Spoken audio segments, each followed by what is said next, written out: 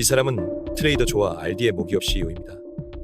그는 막 업무를 마치고 집으로 돌아가려는 참이죠. 그 옆에 주차된 차는 메르세데스 280. 그의 상사가 타는 차와 같은 모델이지만 누군가 다른 사람의 차처럼 보였습니다. 어차피 그의 상사는 이미 일찍 떠났고 지금쯤이면 집에 도착했어야 했습니다. 하지만 그는 3m도 떨어지지 않은 바로 그 차 뒷좌석에서 상사가 결박된 채 재갈이 물리고 총기로 위협을 받고 있다는 사실을 전혀 알지 못했습니다. 그는 납치된 것이고 이 차는 정말 그의 차가 맞습니다.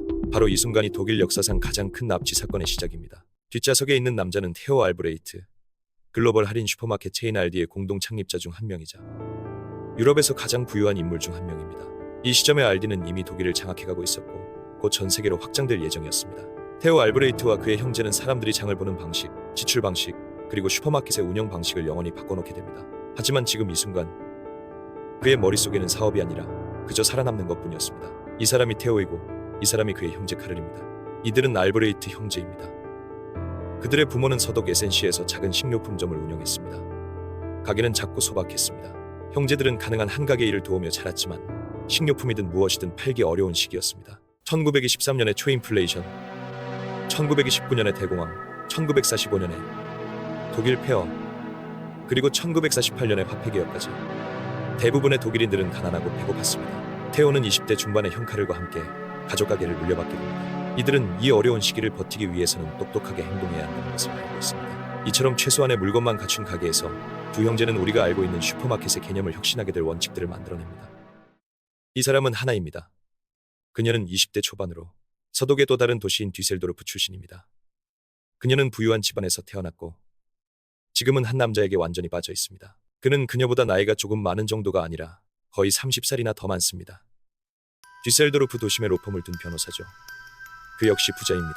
화려한 차를 몰고 럭셔리한 휴가를 즐기고 이상하게 늘 룰렛에서 이기곤 합니다. 거의 항상은 아닙니다.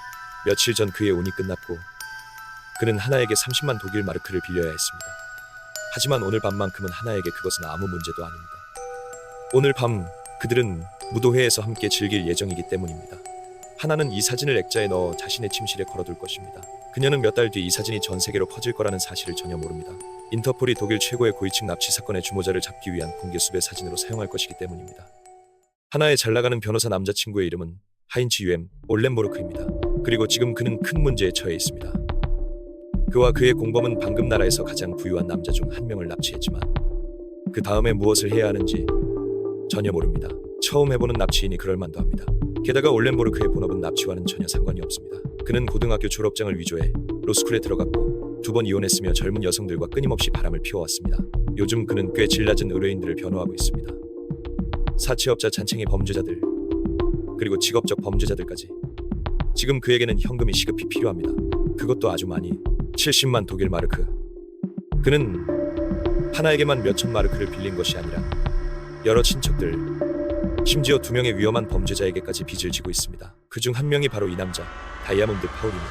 그의 본명은 파울 크롬. 그는 낮에는 자동차 정비사, 밤에는 금고털이범입니다.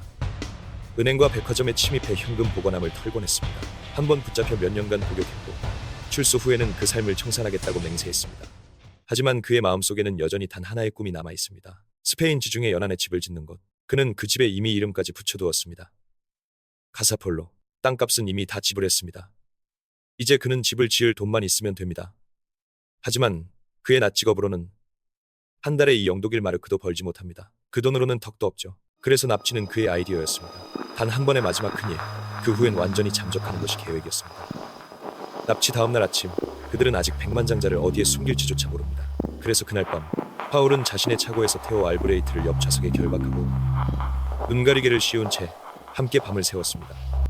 알브레이트의 아내는 이미 알고 있습니다. 납치 전날 밤, 범인들은 그녀에게 전화를 걸어 남편이 무사히 돌아갈 것이라고 약속했습니다. 단, 조용히 있기만 한다면 경찰도 언론도 절대 안 된다는 경고와 함께 이제 그들은 그를 어떻게 처리할지 결정해야 합니다. 먼저 해야 할 일은 그를 아무도 눈치채지 못하게 안전한 장소로 옮기는 것입니다. 하지만 인질을 사람들 눈에 띄지 않게 옮기려면 어떻게 해야 할까요? 그들은 여러 방법을 고민합니다. 옷장 트렁크? 너무 작은 빗자루 보관함? 배송까지 육주 카펫에 말아버리니 그건 가능할지도 모른다. 그래서 올렌보르크가 카펫을 사러 나갑니다. 크기는 203m, 크로는 차 안에서 알브레이트와 함께 남아 있습니다. 그들은 조용한 도로에서 만나 알브레이트를 안전하게 폭스바겐 밴으로 옮기기로 합니다. 계획은 간단합니다. 펼친 카펫 위에 그를 앉힌 뒤 부리토처럼 말아버리는 것, 그리고 모든 것은 버터 한 조각에서 시작됩니다. 전후 독일은 폐허가 된 나라였습니다.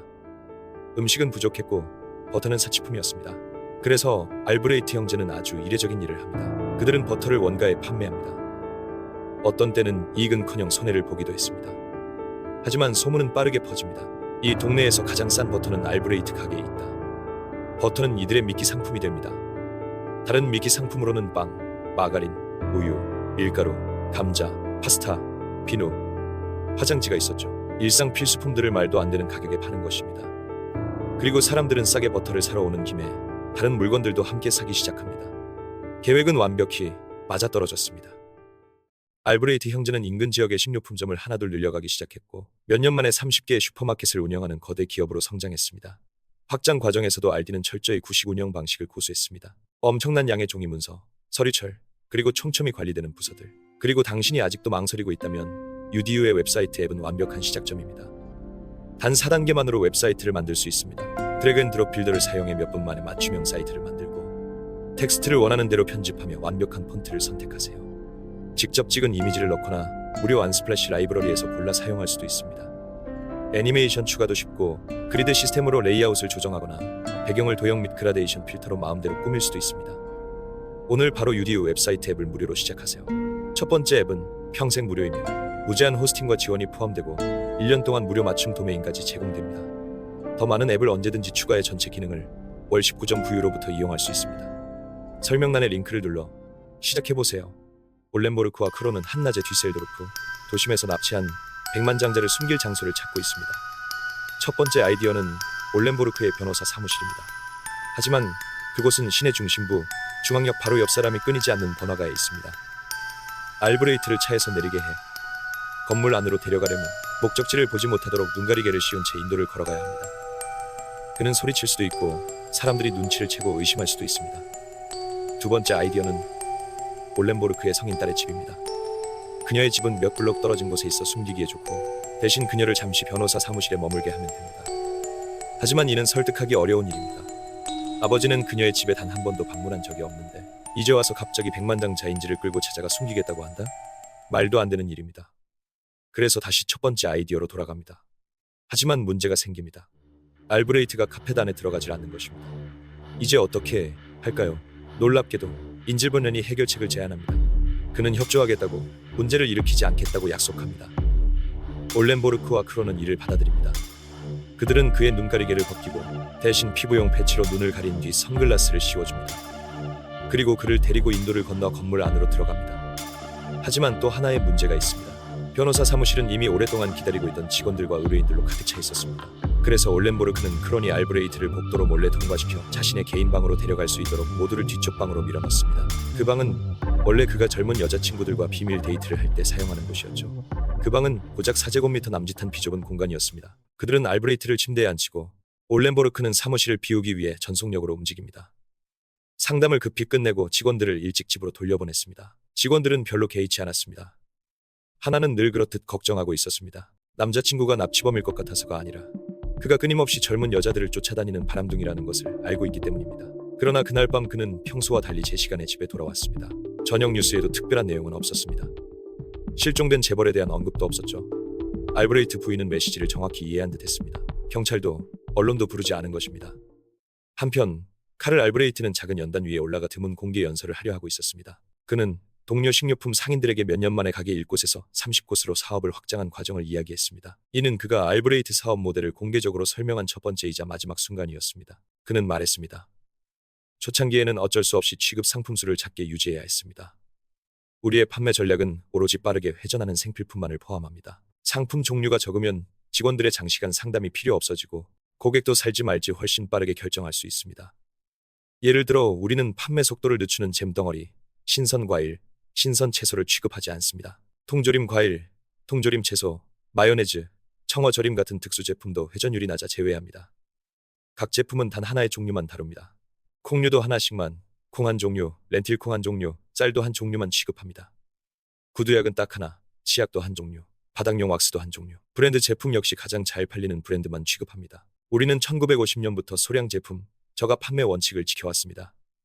고객은 어디에서도 우리보다 싸게 살 수 없다고 믿어야 합니다. 그 믿음이 자리 잡으면 그리고 우리는 그걸 이루었다고 생각합니다.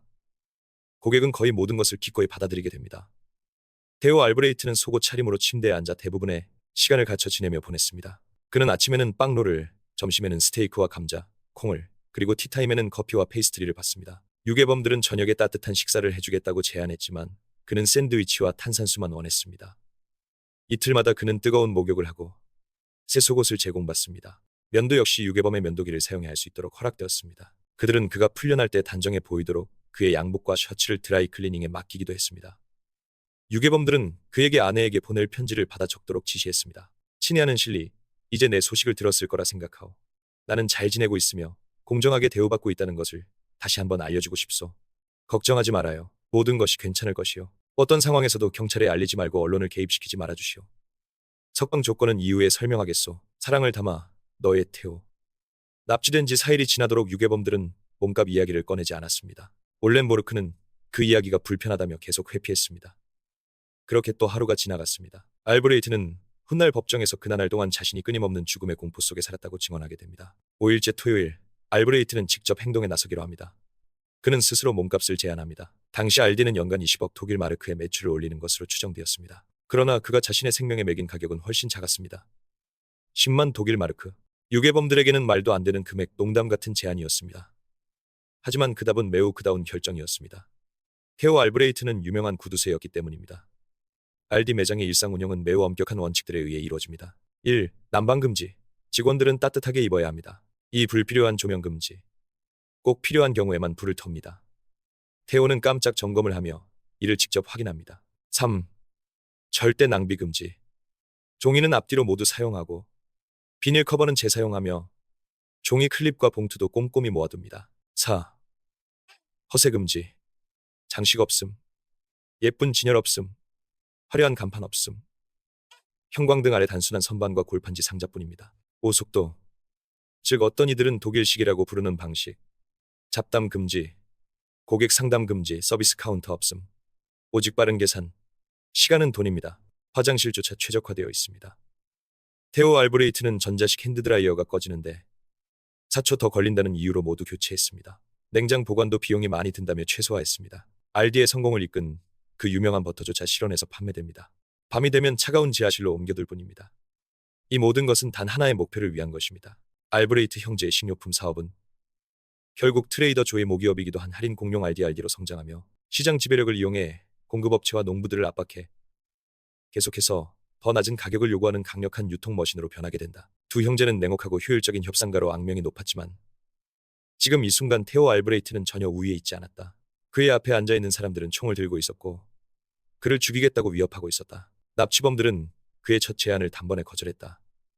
올렌보르크는 알브레이트의 재산 규모를 너무나 잘 알고 있었다. 책에서 읽은 내용이었고 바로 그 이유로 그들을 납치 대상으로 선택했던 것이다. 그는 파트너들과 상의해야 한다며 시간을 끌었고 크로는 옆방으로 가 전화를 하는 척했지만 그 전화는 전부 가짜였으며 몸값을 끌어올리기 위한 블러핑에 불과했다. 이후 올렌보르크는 총 7명이 관련되어 있으며 각자 100만 마르크씩 받아야 공정하다며 몸값을 700만 마르크로 제시했다. 이는 당시 유럽에서 요구된 몸값 중 가장 큰 금액이었다. 그는 알브레이트에게 아마 세금 공제로 처리할 수도 있을 것이라며 걱정하지 말라고 했고 알브레이트는 선택의 여지 없이 동의할 수밖에 없었다.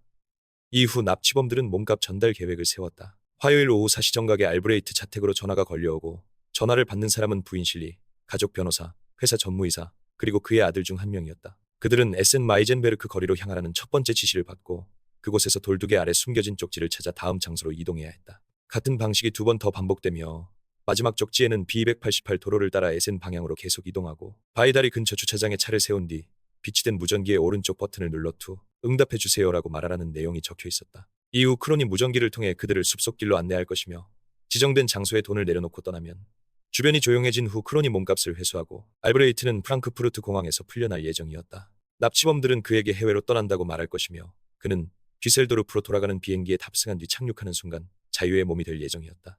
납치범들은 멀리 도망칠 예정이라고 했고 계획은 완벽해 보였다.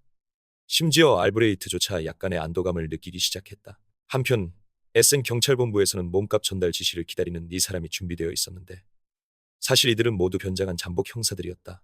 극장 분장사가 직접 메이크업을 했고 그중 한 명은 알브레이트 부인으로 분장해 가발까지 착용했다. 그들의 옷 아래에는 방탄조끼와 권총이 숨겨져 있었다.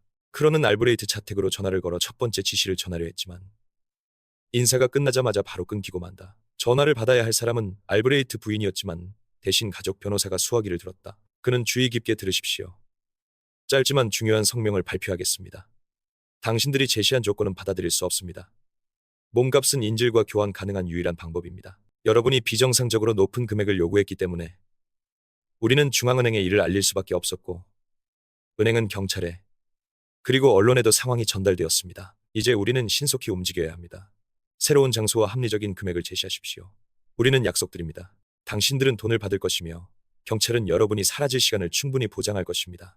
라고 말했다. 경찰과 언론 납치범들에게 최악의 시나리오였다. 크로는 즉시 전화를 끊어버렸다. 알브레이트 가족과 수사팀도 당황했다. 그들은 납치범들을 겁주어 신뢰를 잃어버렸고 테오 알브레이트의 생명은 여전히 위태로운 상태였다. 이제 어떻게 해야 할까? 이때 등장한 인물이 에센의 주교 헨스바였다. 경찰청장은 누구나 신뢰할 수 있는 중립적인 인물이 필요했다. 경찰, 가족, 그리고 무엇보다 납치범들까지 믿을 수 있는 사람. 700만 마르크를 건네받고도 그들을 배신하지 않을 사람. 해결책은 성직자의 고해 비밀 유지권이었다. 독일 형법에 따르면 성직자는 영적 상담 과정에서 들은 범죄 사실을 신고할 의무가 없다. 이는 납치범들에게 훨씬 더 안전하다는 인식을 줄 것이고 어쩌면 정말로 무사히 떠날 수 있다고 믿게 만들지도 모른다. 그래서 헨스바 주교가 돈 전달을 담당해 테오 알브레이트의 생명을 구하기로 결정되었다. 그는 신앙인으로서 기꺼이 동의했고 납치범들 또한 이 계획을 받아들였다. 기술적으로는 모든 조건이 충족되었고 매끄러운 인질 교환이 가능해 보였다. 기술적으로는 말이다.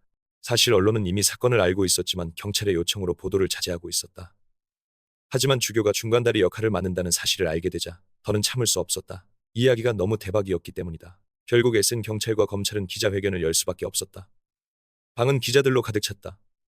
이제 이 사건은 더 이상 경찰만의 문제가 아니게 되었다. 전 세계가 이 사건을 알게 되면서 주교는 더 이상 안전한 중간자가 아니게 되었고 납치범들은 만남을 취소해버렸다. 너무 위험했기 때문이다. 알브레이트 가족은 절망에 빠졌다. 납치범들과의 모든 연락이 끊겼고 테오가 해를 입을지도 모른다는 공포만 커지고 있었다. 마지막 희망은 독일 공영방송의 인기 프로그램 속의 메시지를 숨겨넣어 납치범들에게 신호를 보내는 것이었다. 한편 하나는 괜찮아 보였지만 남자친구가 요즘 잠을 거의 못 자고 일 때문에 스트레스를 많이 받고 있다고 말하며 걱정했다. 그래도 둘은 TV를 보며 잠시나마 긴장을 풀고 있었다. 그 와중에도 독일의 알디 사업은 계속 성장했고 카를 알브레이트는 해외 확장을 목표로 삼았다. 1967년 그가 맡은 알디 남부 알디에스는 처음으로 해외 진출에 나서 오스트리아의 슈퍼마켓 체인 허퍼 30개 점포를 인수했다. 그의 형제 테오도 6년 뒤 네덜란드의 위트레흐트의 첫 알디 북부 알디 노을드 매장을 열며 뒤를 이었다. 이어 벨기에, 프랑스 등 유럽 전역으로 점차 확장해갔다. 하지만 지금 카를 알브레이트가 받아야 하는 전화는 완전히 다른 종류의 전화였다. 전화를 건 사람은 바로 그의 형을 납치한 범인 중 한 명이었고 그는 격분해 있었다. 몸값 전달은 지금 즉시 신속하게 이루어져야 한다고 강하게 요구했다. 양측은 새로운 시간과 장소에 합의했고 납치범들은 헨스바우 주교가 돈을 전달하는 데 동의했다. 단 교환 후 24시간 동안 주교가 그들과 함께 머물러야 하고 경찰 개입은 절대 금지였다. 어떤 방해도 치명적일 수 있었다. 카를은 그 조건을 받아들였다. 사무실로 돌아온 크로는 거래가 다시 성사되었다는 소식을 전했지만 올렌보르크는 다른 걱정에 사로잡혀 있었다. 그는 경찰이 통화를 녹음하고 있다는 사실을 알고 있었고 보안 문제에 집착하며 여러 번 크론에게 조심하라고 경고했었다. 그래서 혹시 몰라 크론에게 정말로 목소리 변조를 했느냐고 물었다. 크론은 어색하게 어깨를 으쓱이며 대답했다. 응, 아마도. 납치 17일째 마침내 그날 밤이 찾아왔다. 700만 마르크와 테오 알브레이트의 교환이 이뤄질 예정이었다. 고속도로 바로 옆에 외딴 흙길, 육교와 2개의 출입도로가 있어 도주의 최적의 장소였다. 납치범들이 도착했고 알브레이트는 눈꺼풀에 패치를 붙이고 선글라스와 올렌보르크의 낡은 모자를 쓰고 있었다. 그들은 간단히 스파클링 와인 한 잔으로 교환의 순간을 기념하기도 했다. 올렌보르크는 심지어 알브레이트에게 2가지 작별 선물까지 건넸다. 세 사람은 1시간 넘게 기다렸다. 혹시 함정이 아닐까? 마침내 에센 번호판을 단 복스바겐 차량이 도착했고 성직자 복장을 한 두 남자가 내려왔다. 그중 한 명은 헨스바우 주교임이 확실했다. 그러나 가족 측은 여전히 불안했다. 만약 이 사람이 진짜 테오가 아니라면 납치범들이 가짜 인물을 넘기고 돈만 챙겨 달아나면 어떻게 하나. 그래서 주교는 테오의 아내가 지시한 3가지 질문으로 그의 신원을 확인해야 했다. 첫 번째 질문은 새 안방 옷장이 어떤 나무로 만들어졌냐는 것이었고 알브레이트는 잠시 머뭇거렸다. 그 빌어먹을 옷장, 나무 이름이 뭐였더라? 그는 답을 했지만 주교는 고개를 저었다.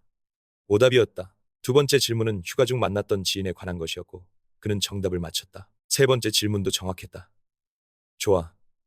충분하군. 이 남자는 진짜 테오 알브레이트가 맞았다. 그리고 주교와 그의 운전사는 차량에서 돈가방을 꺼내들었다. 700만 독일 마르크 현금이 크리스마스 선물처럼 포장되어 있었다. 올렌보르크와 크로는 메리 크리스마스라고 인사하며 알디 창업자 테오 알브레이트를 넘기고 순식간에 사라졌다. 그들을 뒤따라오는 사람은 아무도 없었다. 그들은 성공했다. 이제 그들은 수백만 장자가 되었고 동시에 독일에서 가장 수배받는 범죄자가 되었다. 테오 알브레이트는 자유의 몸이 되었다. 납치된 지 17일 만에 그는 마침내 돌아왔고 이전처럼 자신이 가장 잘하는 일 제국 확장에 집중했다. 1979년 그는 미국 시장을 목표로 삼아 트레이더 조를 인수했다. 그리고 알디를 성공시킨 원칙들 제한된 상품 구성, 강력한 자체 브랜드, 공격적인 가격을 그대로 적용했다.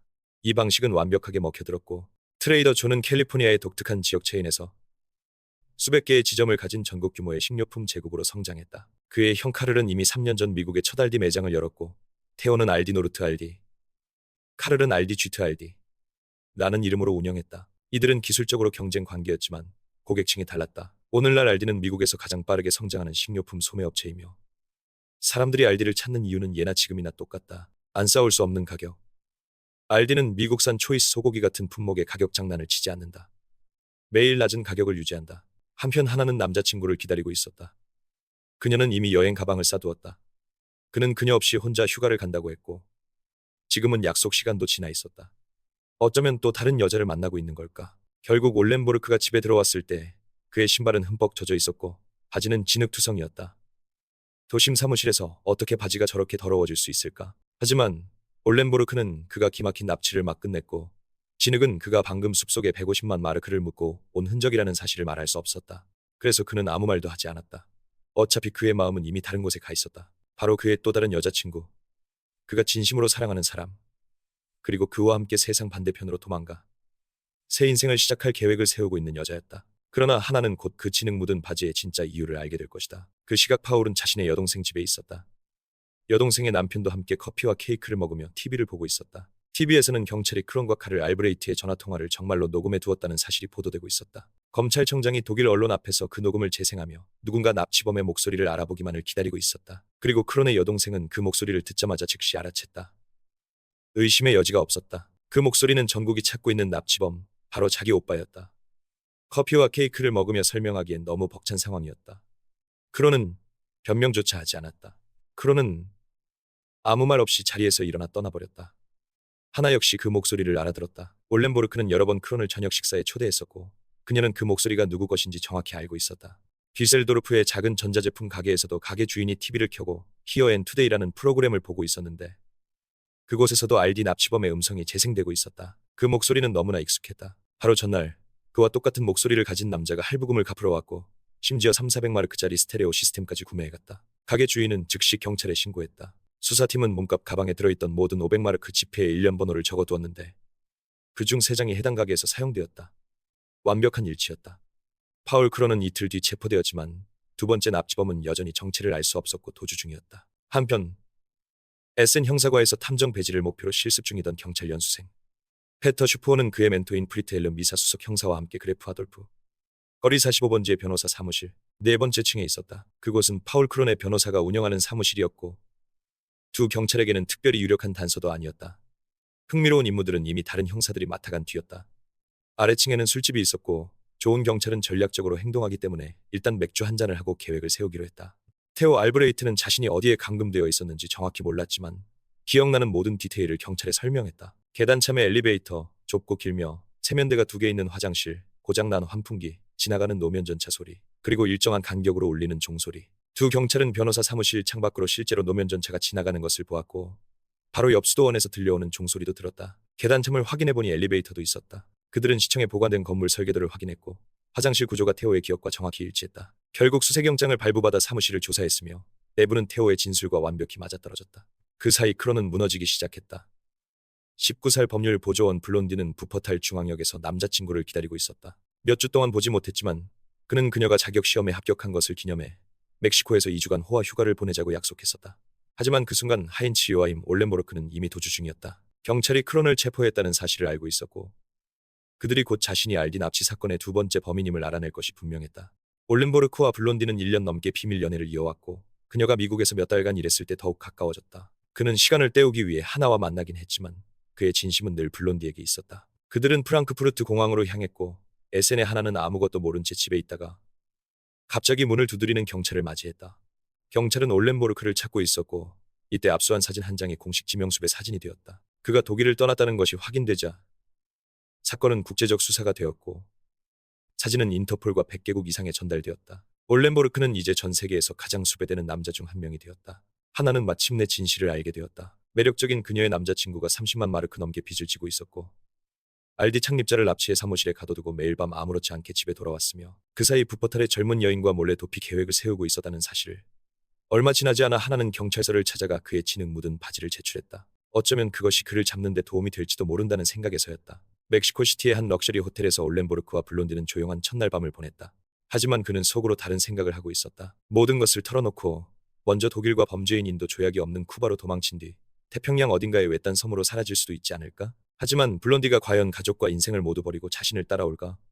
정오가 되어 블론디는 호텔 로비에서 남자친구를 기다리고 있었다. 그는 씻고 내려오겠다고 했지만 나타나지 않았다. 그 시각 올렌보르크는 멕시코 연방경찰에 체포되었다. 파울 크론이 그를 배신한 것이다. 블론디는 충격으로 말을 잃었다. 모든 정황이 그녀가 사랑한 남자가 수주간 독일을 뒤흔든 테오 알브레이트 납치 사건의 주모자임을 가리키고 있었다. 휴가는 끝났다. 그들은 유럽으로 압송되었고 블론디는 비행기 안에서 사랑을 고백하며 당신이 감옥에 가더라도 기다리겠다고 말했다. 하인즈 요아힘 올렌보르크는 8년 6개월형을 선고받았다. 알디는 당신이 가능한 한 적게 지불하도록 모든 것을 하겠다는 약속을 상징한다. 전 세계 수많은 저소득층에게 이 약속은 생명줄과도 같았다. 하지만 그 약속에는 대가가 따른다. 알디 직원들은 극심한 압박 속에서 일하며 어떤 보고에 따르면 계산원들은 분당 50억의 상품을 스캔해야 한다. 고객들은 봉투에 물건을 담기조차 벅찰 정도였다.